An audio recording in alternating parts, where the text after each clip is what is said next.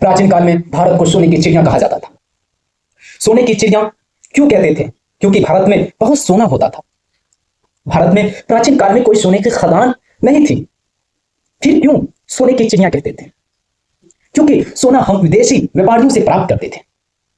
सबसे ज्यादा व्यापार मौर्योत्तर काल से प्रारंभ हुआ, क्योंकि मौर्योत्तर काल में कुषाण वंश का राजा कनिष्क हुआ करते थे। कनिष्क ने उत्तर भारत से लेकर मध्य एशिया तक के भूभाग पर अपना अधिकार स्थापित कर लिया था। प्राचीन काल में दो प्रसिद्ध मार्ग हुआ करते थे। भारत का सबसे प्रसिद्ध मार्ग उत्तरापथ था, जो बंगाल से लेकर पाकिस्तान के पेशावर तक जाती थी। दूसरा व्यापारिक प्रसिद्ध मार्ग रेशम मार्ग था। यह मार्ग रोम से चीन तक जाती थी।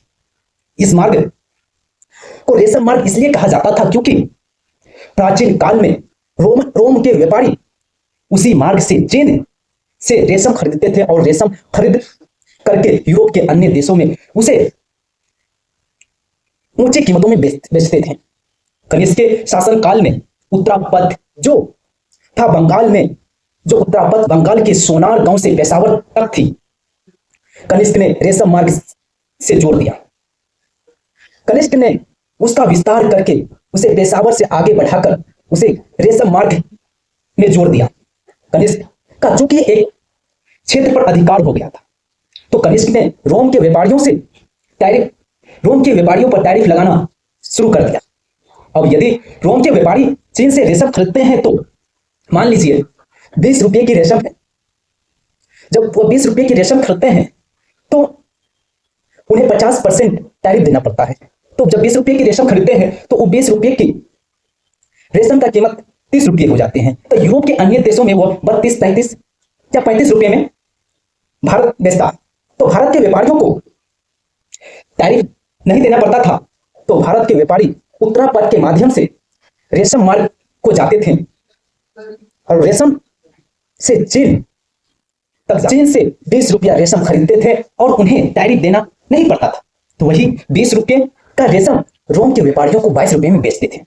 तो और जब रोम के व्यापारी डायरेक्ट चीन से रेशम खरीदते थे तो उन्हें कुषाणों को टैरिफ देना पड़ता था। तो 20 रुपये की चीज उसे 30 रुपये में मिलते थे। तो डायरेक्ट चीन से न व्यापारी करके भारत से डायरेक्ट व्यापारियों से रेशम खरीदने लगे और भारत के व्यापारी इस व्यापार से खूब लाभ प्राप्त करने लगे। प्रथम शताब्दी ईस्वी में रोम के एक विदेशी यात्री प्लिनी भारत आए, जिसने एक पुस्तक लिखी है नेचुरल हिस्टोरिका। उसमें यह दोहत व्यक्त करता है कि रोम से भारत सोना तो आता है, लेकिन भारत से रोम सोना जाता नहीं। तो व्यापार से हमें सोना मिलता था और हम सामान तो बेचते थे, मगर चीन का सामान ज्यादा बेचते थे और लाभ प्राप्त करते थे। और मौर्योत्तर काल में इतना सोना प्राप्त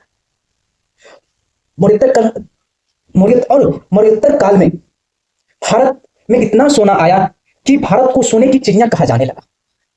इसका पुरातात्विक एविडेंस भी मिलते हैं। सोने के सिक्के मौर्योत्तर काल से पहले भारत में किसी भी राजा ने नहीं चलाए। भारत में पहली बार सोने के सिक्के मौर्योत्तर काल में ही राजाओं के द्वारा जारी किए गए।